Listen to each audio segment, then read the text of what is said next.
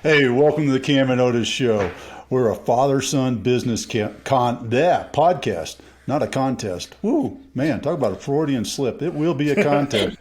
But we are a father-son business podcast where we talk with other lifelong learners about making an impact and solving big problems.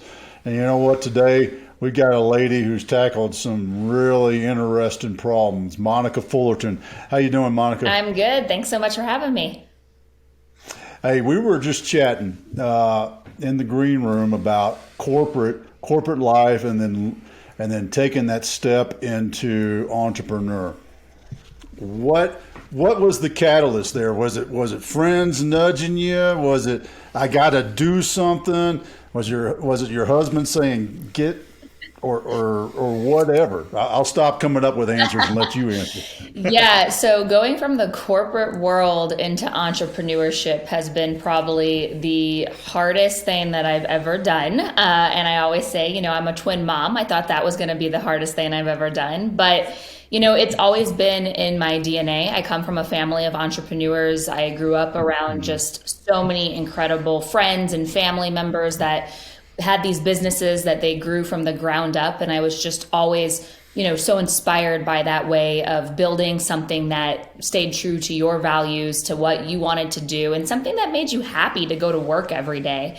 And as a military spouse, oftentimes we have to pivot and we settle for things that maybe we never really saw in our own career path. And that's exactly what happened for me. I was very grateful to have an amazing corporate career, working remote, making a great salary, but the passion was missing. So I decided to go all in on building that company from the ground up where I would enjoy what I was doing every day.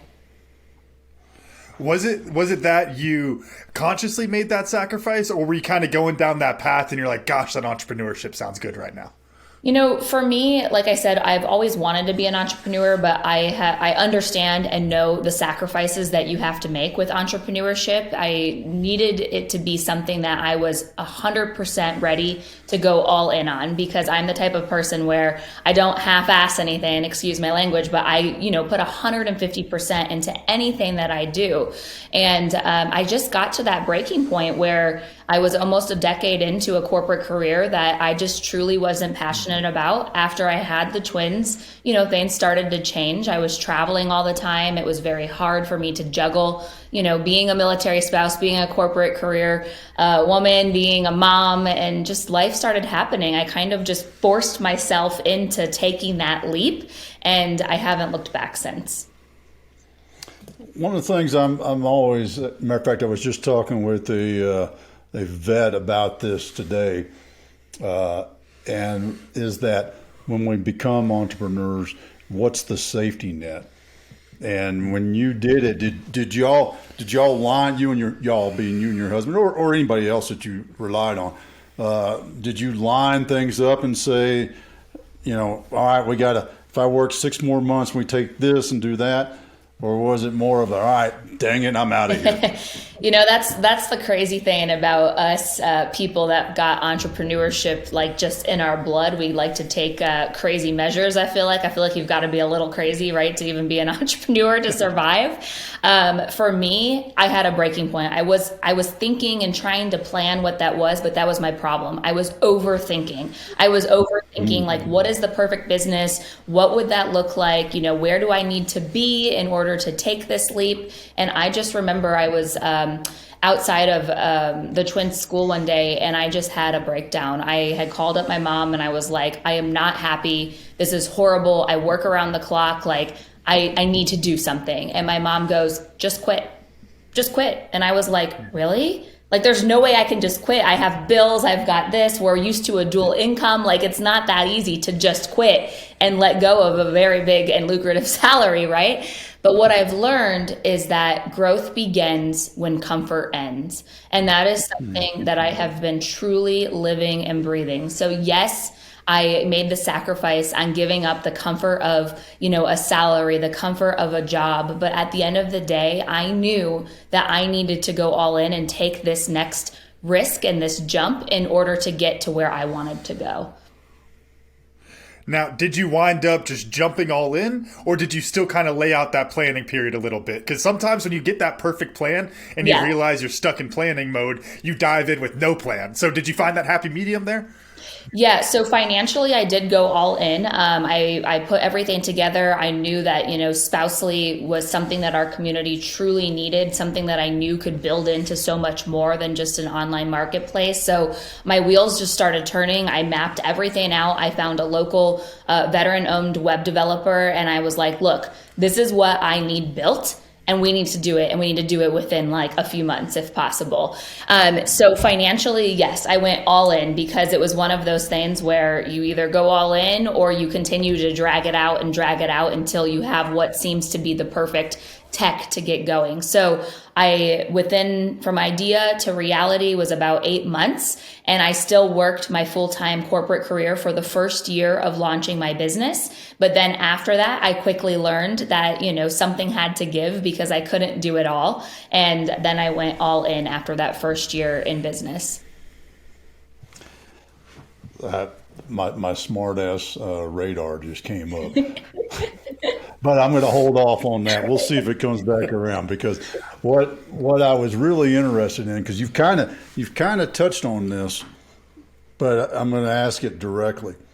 Did you say entrepreneur got to come up with a business, or did you say, hey, I know some other wives that do things, and we ought to compile our resources and come together as a as a group of people, as a tribe? It was exactly the tribe moment. And to be honest, I will never forget when that light bulb went off. I was driving to dinner with a few fellow military spouses. We were going to an event, and I just remember thinking like, oh my gosh, you're a photographer, you make coffee, you're a private investigator, I love business. Like, this car is on fire. Like, we are so talented. And what are we all doing? Like, we need to come together, and we need to continue showing the world just how amazing our community is. So sure enough, after that moment, I just started doing a ton of research in the space. I started putting feelers out there to other spouses, to veterans, to supporters, and just saying, hey, would you be excited about a marketplace that showcased our military and first responder owned businesses? And the feedback that I got was incredible. I had created a Facebook group just to kind of like add a bunch of people in to see what they thought. It was kind of like my beta testing, and within about 2 weeks, we had almost 1,000 people in the group, and everybody was excited. Everybody was rocking and rolling. I was like, that's it. This is it. This is the moment I've been waiting for. And you know what? It truly happens when you're least expecting it. And it's exactly because of my tribe, because of my people, that I decided to take that leap. I'm interested talking about all of these different things and, getting that good momentum from the start, it sounds like. How did you manage that growth? Because you're talking about being the mom, being the military spouse. That's a lot of moving parts there. And when you get that kind of a growth, usually a lot of the problem is that people can't put all the energy in, or they're not able to direct in the right direction, all those kind of things. How were you able to get that energy in and still, manage the rest of your life?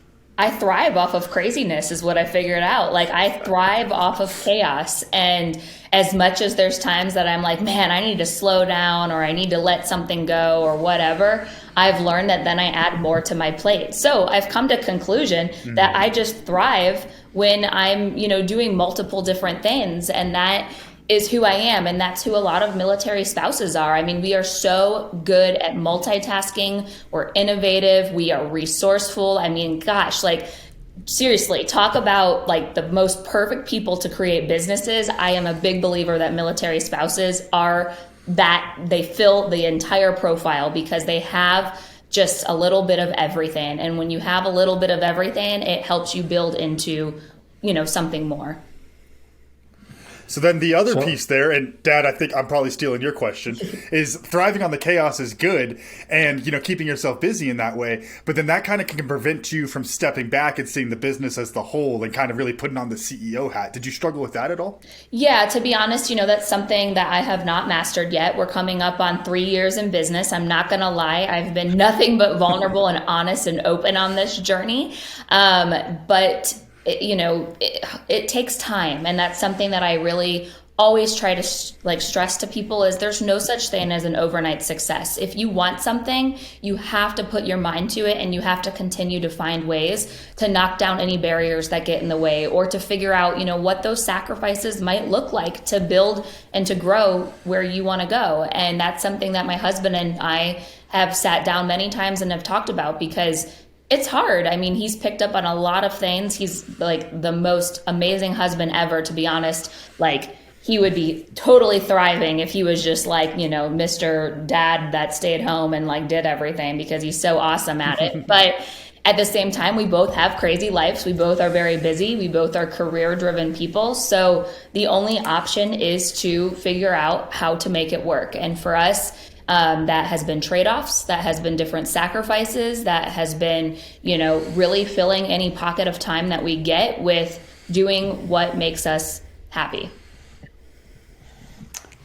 Something that always comes up, and I heard you say something about this in the, I can't remember how you put it now, but it's really the time thing, the time factor that I always find interesting. And dang, I can't remember that guy's name. We had an Air Force vet, not another Air Force, an Air Force vet on a year or so ago. And he thought he did the same thing. He left the corporate space because he was a single dad taking care of 3 kids, I think, and started a business. And what it allowed him to do was chunk his time. Yep. And they were 3 young kids. I think they were all under the age of 5, if I remember right, too. So when you left the very structured corporate space, you were back in control of your schedule. Yep. What was that like? How did that, taking charge of your schedule happen? Yeah, that was probably the best moment, just knowing like, okay, I can plan around all of the things that I actually can now attend. I can be there for my kids. I can do pick up and drop off without having to worry about, rushing back to be on somebody else's schedule. I am on my own schedule. I schedule out my meetings around everything that we have as a family, that I'm able to be there for my kids and my husband when needed most. It's hard. Obviously, I'm only working with like a small window of time where I wish there was more time. But at the end of the day, being able to prioritize what matters is extremely important. Like, for example, I keep raising my hand and I realize I'm missing 2 nails. So you won't see me going and getting my nails done anymore, because it's just not, I try to fit in stuff for self-care, but that's not always 100% my top priority anymore, like it was in corporate. And I know that sounds crazy, but in my corporate career, I could go and I could do all these things. And, I had my Sunday shopping days where nobody was allowed to talk to me. And I would just like go out shopping and like spend the whole day having Monica time. But you pivot and you make changes, and actually it's for the best. Is there still a Monica time? Oh gosh, there hasn't been a Monica time in a while. I'm getting there, because obviously, we all know that burnout is real, and that it can be hard to juggle all of the things. But I will say, when you are determined and you have your mind set to something, it's very hard to slow down, which is something that is so important. So I'm trying to get better at that, but I am always going 100 miles per hour.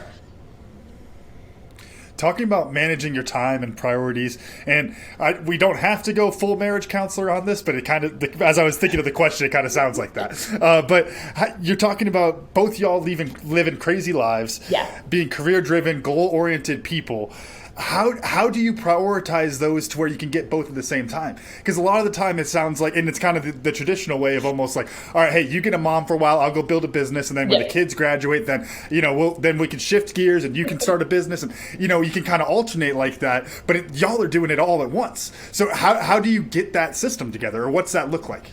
Yes, we are a big routine family, and I talk about this all the time because I think it's so important. A lot of times people hold themselves back because they're like, well, it's not going to work, I don't have enough time, or I'm trying to juggle this. And I'm a big believer, if you create a routine that works for your family, you will realize that actually you have more pockets of time that you could be adding in something in the mix, or you could be following your dreams or pursuing what you want. You don't have to fully give up on one thing because maybe something else has taken over. So ever since the twins came home from the NICU, we have been a routine family. Like, I am talking like down to like, we get sometimes we're down to like the minute of like, okay, 8 o'clock bedtime, snack time, 4 o'clock after school, like just down to the minute of. We're the water snack now. Yeah, the twins know they're only allowed to be in the pantry at certain times. And actually, when they were little, we had a lock on the pantry, so that way they learned and were trained to not go to the pantry when it wasn't snack time.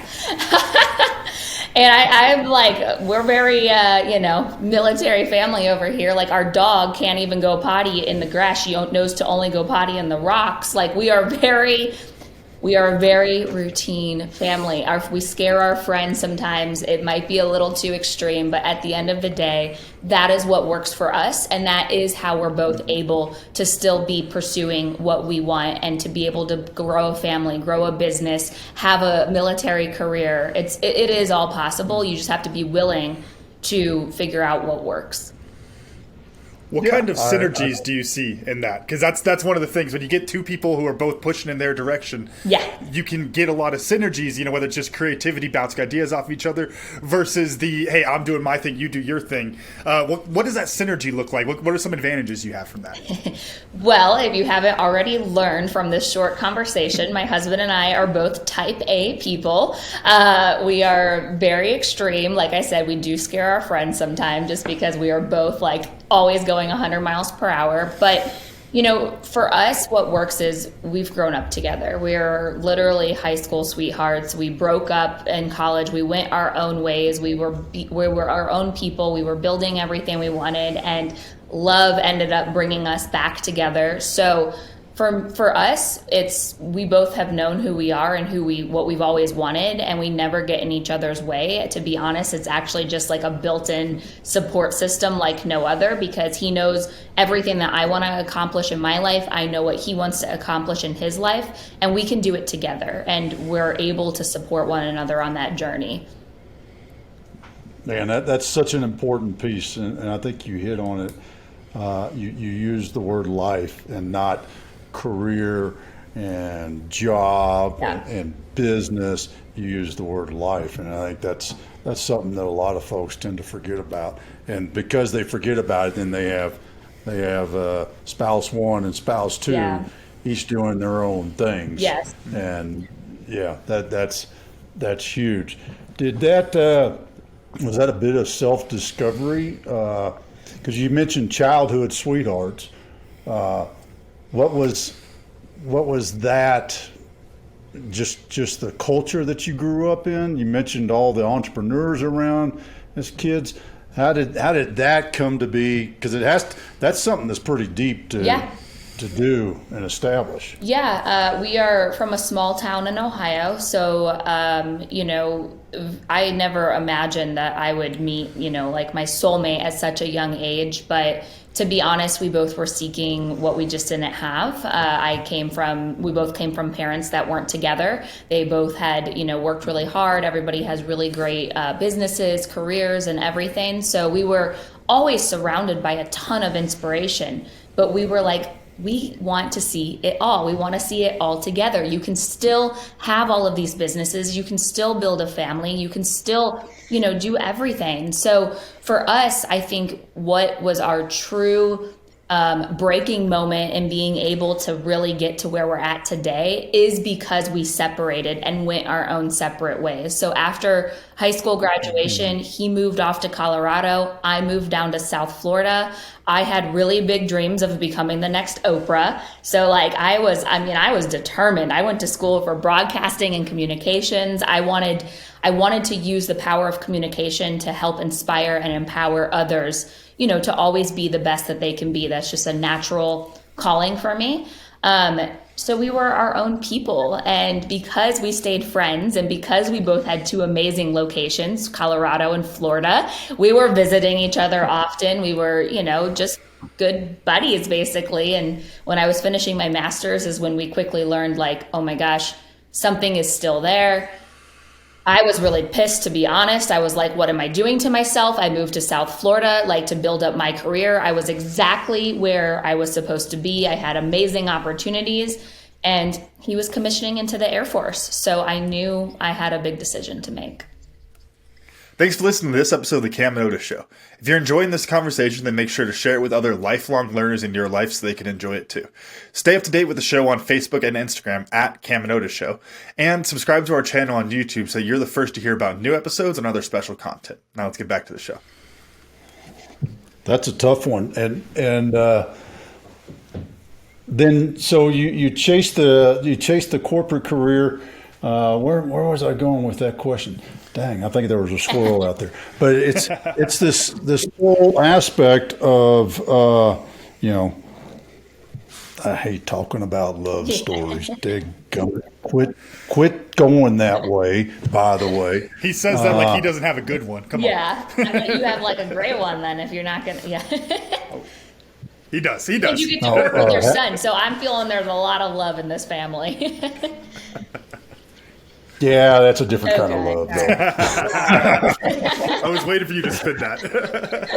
Yeah. So, all right, I know how to fix this. This is why I do what I do. Business. So, you put a stamp on. You found some fella, some gal down the road that happened to be a vet that would build a website. You got a whole lot of people interested, and all of a sudden it's like, crap.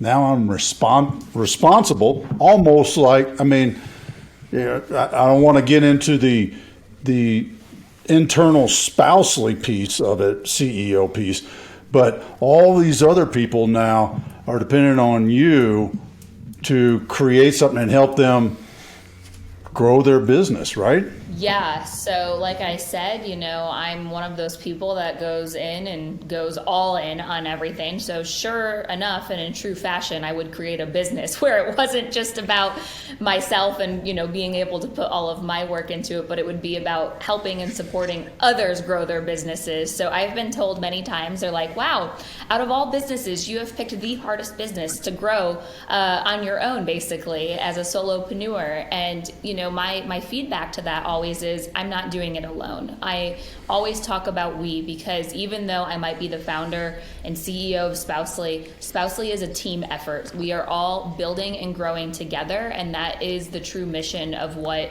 was very important to me, was to create something that would not only just be a transactional piece, it would be an impact piece, because anything that, we've been looking for in our space. Did I lose you both? No, we're good. Oh, okay. I lost your guys' video on my side. There you are. Like I said, trust the process. Back when I was first talking, I said, when I wanted to be an entrepreneur, I knew that it needed to be something that, one, I would go all in on, and something that I really want to make an impact. I don't want it to just be a business to be a business. So that's what I've done with Spousely is, yes, it's challenging. It's hard. I'm not responsible for just myself. I'm responsible for, we have over 500 vendors now and growing. So, I mean, it's a lot, but hey, we can take the impossible and turn it into I'm possible. Talk about that all the time too. Yeah. Well, I wanna dive into the member thing a little bit, because you touched on something that made me think. So when somebody joins, what's your goal for them? Their vision, your vision for them, not theirs. Yeah. You know what I mean? And when you meet Joe Bob, who repairs lawnmowers or whatever, and he wants to become a member of Spousely, what's your vision that you're like, come on? It's exactly what your podcast is called, Tribe and Purpose. We are coming together as a tribe to serve one purpose, and that purpose is to continue to shine on military and first responder owned businesses. And we know that the power is when we are together. Our community superpower is support. So the process of when someone comes on is it's very easy. I want them to have that one-on-one feeling, to know that they're a part of something that is so much more than just a marketplace. So we usually always say, welcome to the Spousely family, because in reality, we are creating that tribe together to serve that one purpose. So it's very easy. They just sign up to be a vendor, and then we're partnered with GovX ID, and that they handles all of our verification to make sure that we stay true to our mission and that all of our vendors are approved military and first responder business owners. All right, I'll see if I can rephrase it, because you didn't get to where I was going. No, because I didn't do a good job of asking it. But so what I'm really curious about is, what if so go back to Joe Bob, because he lives around the corner, and Joe Bob comes in, he signs up, and what I'm almost putting on the mother hat. What would be the Joe Bob success story that you would want Joe Bob to have? I think that's what I'm getting at. Yeah, it's really shining light, one, like I said, on what we're able to do together. It's talking about how Joe Bob came on to Spousely, and this is where he was at, and this is what he's been able to do with a community around him. Because what I personally love about the Spousely community is all of our vendors are supporting one another. We're able to help amplify each other's stories. So the goal for Joe Bob is to not just have Joe Bob's own business where he's running it and building it on his own, but to know that we all have Joe Bob's back, right? We're going to help him with marketing suggestions. We're going to help him, get his business out there. We're going to help him with the support that maybe he needs, whether it's in life or in business, because like we mentioned earlier, it's not just all business. Life happens too. And that is something that we are there and really picking up to support one another with. I mean, oftentimes we have a lot of vendors that maybe are going through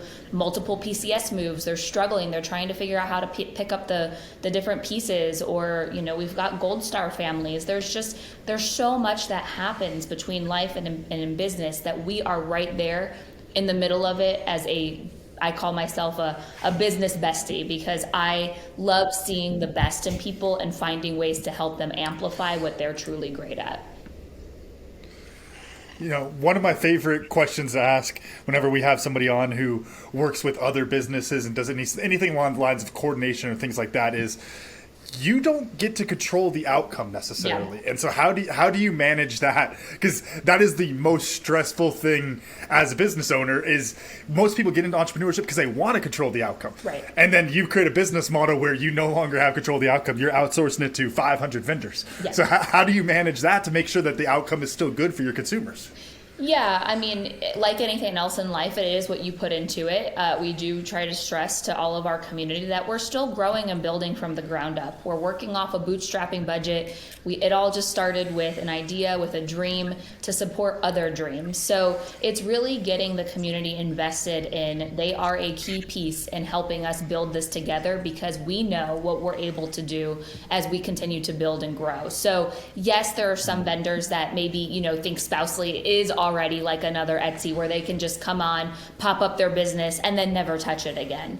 In reality, obviously, Spousely's providing that platform for them to shine, for them to grow. We'll give them as many tools and resources that we can, and we'll continue to evolve in that area. But ultimately, it is up to the vendor to really be a part of the community and to get out of it what they want, which like this morning before we hopped on, I had a vendor call me because she's got some new products that she wants to get out, and she wanted my opinion on them and if they would sell, or what she thinks or how she could do them better. And to me, that's vendors going above and beyond, because they want to be successful with Spousely. So it is hard, because it's sad. I can't help every single person with that one-on-one experience, but we are developing out more tools and resources. We just launched a community hub where we're getting all of our vendors into it, where we can help them with masterclasses, help them with, communication with each other, collaboration. So we're trying to do everything we can to grow as a team. how do you either screen people ahead of time that don't have that drive, or kick them out as you're going, or kick them into high gear when they're going? Because get out what they put in is great, but I've hired people before where I say, hey, this job is what you'll make it, and then they don't make it anything. Yeah. And so it kind of sets you up. It puts you in a difficult spot. So how do you handle that? Yes, that's a really good point.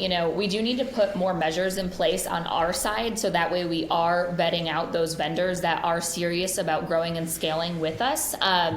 Up until this point, it's kind of been self-weeding, the vendors are weeding themselves out if they're not getting enough sales, if they're not seeing the value in the platform, or maybe they're not as engaged with the different options that we do have out there. And where we're putting our energy and our focus is on the vendors that are all in with us. They've rolled up their sleeves. We have some vendors that sell exclusively on Spousely. That's how dedicated they are to running their business on our platform, because they know they're going to get that support from our side because they've gone all in on it. So that is something that is just ever evolving. I know as we continue to get more resources and funding from our side, we'll be able to put more measures in place to really map out that unique experience of, hey, you are the vendor we're looking for, and we would love for you to be a part of it. Whereas maybe those vendors that don't necessarily feel like they're ready to kind of jump in the mix, maybe we can help them get to that point. That's something that I would love, and I have a vision for Spousely, is there's kind of two areas. It's maybe you're just getting started and you need that one-on-one help to get to that point, and that's something that when I have a bigger team, we can help do. And then there's the vendors that know how to run their business online. They know how to do marketing, know how to do good, product photography or whatever. They're already hitting the ground running, which is awesome.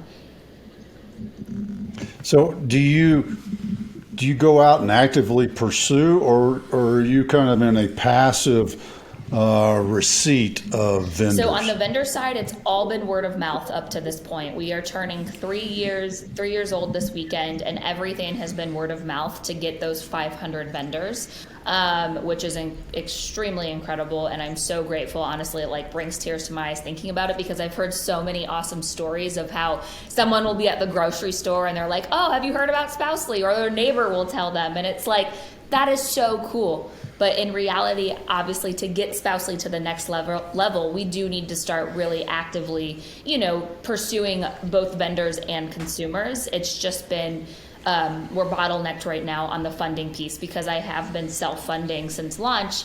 And like we mentioned, when I quit my corporate career, that money also kind of quit too. So it's been just trying to do what we can when we can.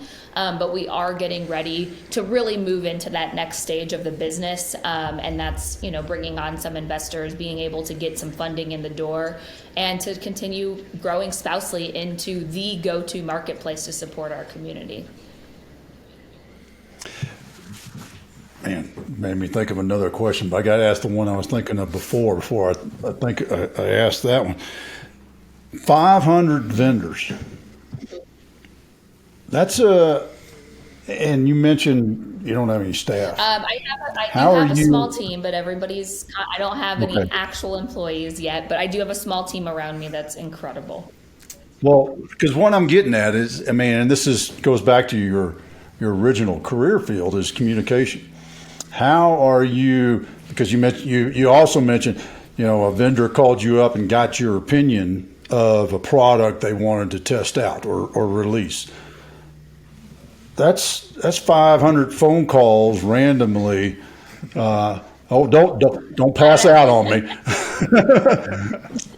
but it is. So how are you handling that? What do you because you want to give them all that personal hug and pat on the back and everything. 500 hugs a week is tough. Yeah, that's the goal of the new community hub. It's on this amazing platform. We'll be able to really build it out, make it robust, to get more of that communication all into one place. So that way, I can be helping the vendors. I can have, a few people on my team jumping in and helping. But at the end of the day, I sleep with my laptop. I live and breathe it. I do everything that I can to make sure that I'm doing as much customer success success, as much vendor success and relationships as possible. That's something that's just natural to me. But yes, absolutely, it's not scalable to the next level, which is why we're starting to put new measures in place that allows us to still provide all of that feedback and opportunity for our vendors, but it's moving it into a more, structured formation. And you mentioned a key element of that, and treating it like a tribe, and I think that'll become organic in that community hub. It very well will be. I've seen it work in plenty of other organizations. When you get to that point and people post something in there, and relative, responsive, and timely responses come in that can help that person out. Everything from give me a call to do this in the response. So that's pretty cool. Go ahead, Cam. So this might be a tough one. Not that it's a hard question. More so, you're gonna have to pick one. Okay. So you talked about being the mom entrepreneur, the military spouse, and then corporate life transferring into entrepreneurship. So those are three different backgrounds that give you a huge amount of lessons and knowledge and perspective that other entrepreneurs don't have. So which one of those do you think you got either the most lessons, the most impactful lessons, most knowledge, however you want to pick it? Which one of those areas of your life do you think contributes the most to your entrepreneurship? I would say my corporate career. I think it's very important. A lot of times entrepreneurs just want to go all in and act like they know everything and know the structure of a business and all of that. But I'm a big believer that if you do come from some type of corporate background or some other type of business background, that allows you to build a really strong foundation. And that's exactly what I've done with Spousely. Is I've taken different nuggets that I've learned along the way, whether it was my bigger corporate background or whether it was my jobs I held in college or different things that I've done. And I've taken little nuggets from each piece of those businesses and different roles that I've played in those businesses, and I've applied it to my own. I will say the military piece has been huge because it has taught me that I have so much more grit than I ever thought that I had. But I really do think my corporate background and having that business background allowed me to continue to build where I'm at. Trust me, I don't know all the answers. It's a new learning process every single day. But it's given me that confidence of knowing this is the kind of company I want to build and this is how I want to build it. Have you been able to remain proactive in that sense with those corporate lessons, or has it been reactionary? Because I'm blanking on who it was, but there's someone who had on the podcast before, and they had a similar type of background, and they were talking about getting through like 2 years of business and then being like, oh, this is why I need bureaucracy. This is why I need HR. Like all these things that bothered them so much in the corporate world, they were like, oh gosh, I got to start building some of those systems now. Did you go through that? Yeah, I think that's only natural. Obviously, you take things of struggles that you've gone through or things that have frustrated you or bad leadership that has made you been like, I never want to be like that, or that's not how I would run my business. But I feel like you have to go through it. It's just like a failure, right? You have to go through failures in order to come out on the other side and come out stronger. I'm a big believer that, those failures, those opportunities, that exposure, that's what shapes us into building successful businesses as well as success for ourselves. All right, you brought it up, and I have to ask it, and it makes me laugh too, because what's keeping you up at night besides the twins and the laptop in the bed? So what's keeping me up at night is my snoring dog. Jeez Louise, she's been snoring like crazy lately. I got a snoring dog on the couch. For dogs. My mic is not picking it up, but he is snoring over there, so I'm right there with you, Monica. Same. Okay, so in all seriousness, it's just the pressure. The pressure is real. The pressure I put on myself, the pressure that I have because I know that I have a lot of people counting on me. It's very hard because I've been working with I've been so scrappy. I've been so resourceful. I'm working with not that security anymore. So it's the one other piece I will say is there's a lot of smoke and mirrors out there, is what I've learned in this space. There's a lot. Sometimes it's people, sometimes it's companies. You get excited, you think this is it, this is what's really going to help me get to that next level, and then you quickly learn that it leads to a letdown. So when it comes to keeping me up at night, I've learned that the pressure is always going to be on myself. I'm the only one that can control this, can get it to where I want it to be, obviously with the help of others, but in reality, it's got to be me that continues to just keep pushing through, no matter what it is, the failures, the wins, the ups, the downs, and it's a lot. It's a lot. So where do you want it to be? So when it comes to Spousely, I am definitely on a mission to make it a household name, because I know that that will directly help support our community by putting funds directly in their pockets. I am so sick and tired of there being so many great things and organizations out there, which is great, and I'm very grateful for them. But then if you look into it, it's not trickling into the people, and I'm all about finding ways to make it get to the people that you're supporting.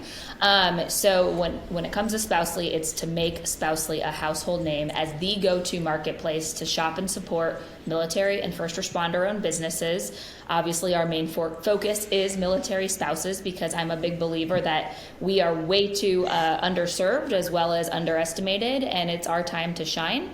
And then also when it comes to myself, I personally want to continue to find ways to get into doing more communications, into broadcasting, because that's a piece of my life that I thought I was going to forever have to close and never be able to do.